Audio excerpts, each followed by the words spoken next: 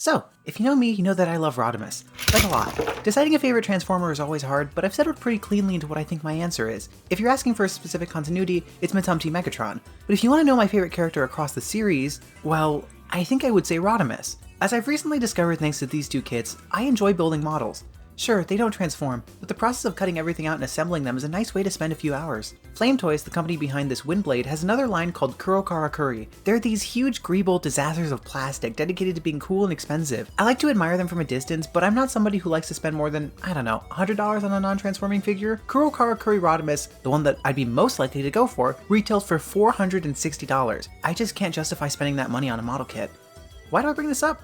Well, Takara has recently decided to partner with Flame Toys to bring that design to life in the form of T-Spark Adamus Machina AMT-01 Rodimus. It's almost one-to-one with the original kit, transforms, and is half the price. So, let's talk about it. Now, the original kit for Rodimus is a highly stylized take on Alex Milne's Rodimus, as many of Kurokarakuri's Transformers catalog are. You can really see the changes when I put him next to MMC's Cowardice. Be a doll and ignore the colors, will you? Basically everything has been made more extreme, with somehow even more breedable hips and impractical shoulders. Rodimus is covered in details, metallic piping, a rainbow of red, striking yellows and golds. The renders didn't really do him justice, as in person he's much more of a sight to behold than his CAD counterpart. This is an immaculate head sculpt. It would have been nice to see his classic smirk, but I like that it isn't so serious as to make him look like a grizzled veteran. His head crest and antennas look like they would be perfect to grab like handles. I think what really sells the look are his just impractically big spoiler wings. They're as wide as 86 Prime is tall and I love it. His backpack is delightfully compressed and as you'll see later, the transformation is genius. I'm just really in love with these proportions. His slutty waist and thin arms beautifully contrast his giant legs and gargantuan shoulders. His plastic feels great. I was literally taken aback by his weight when I took him out of the box. He's got a bunch of nice die casts with a lot of it being chromed.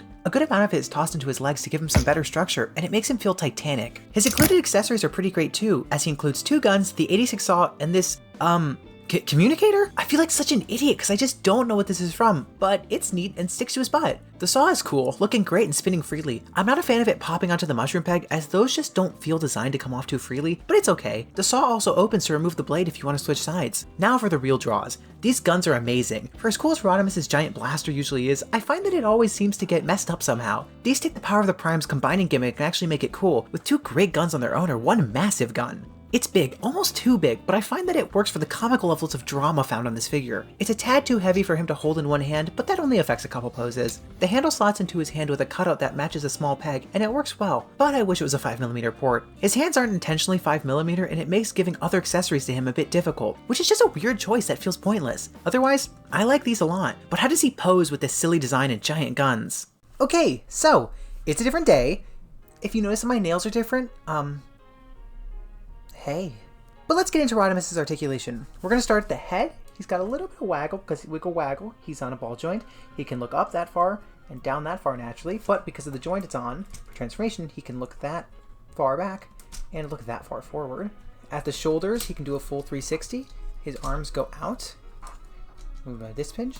He can do double jointed. Got bicep swivel.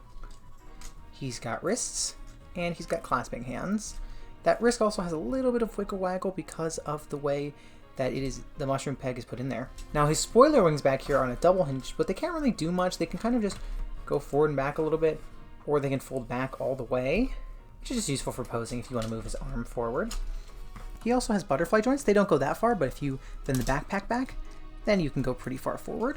And his shoulder pads can move a little bit too. At the waist, he can rotate and do a full 360. Those hip skirts do like to get in the way, but they'll just get naturally pushed. He's got a forward ab crunch that goes about that far, and it goes backwards just a little bit, ever so slightly.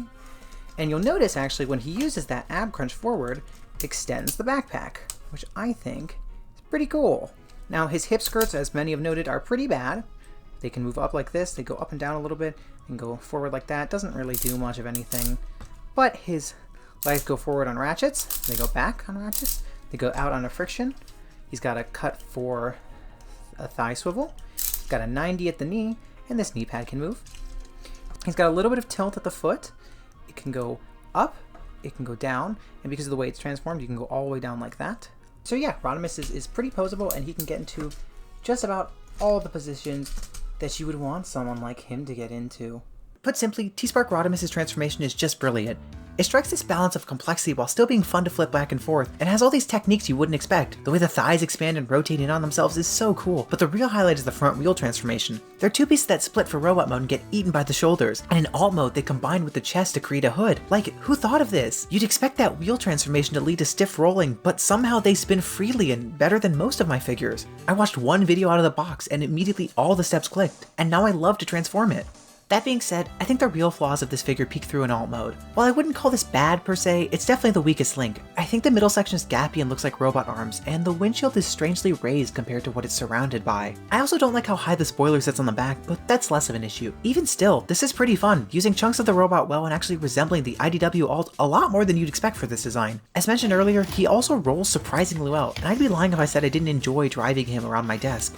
So the elephant in the room is price, right? $200 is a lot. While I wouldn't say this guy is worth the price, I also wouldn't say I regret the purchase. Does that make sense? I would say like 20 to 30 less would be super worth it, but I don't feel like I got scammed. I got this excessive, meaty, sexy Rodimus and I love him, and he'll probably be a permanent desk bot for the foreseeable future. As always, this is emarcee Calidus RC, and thank you for watching.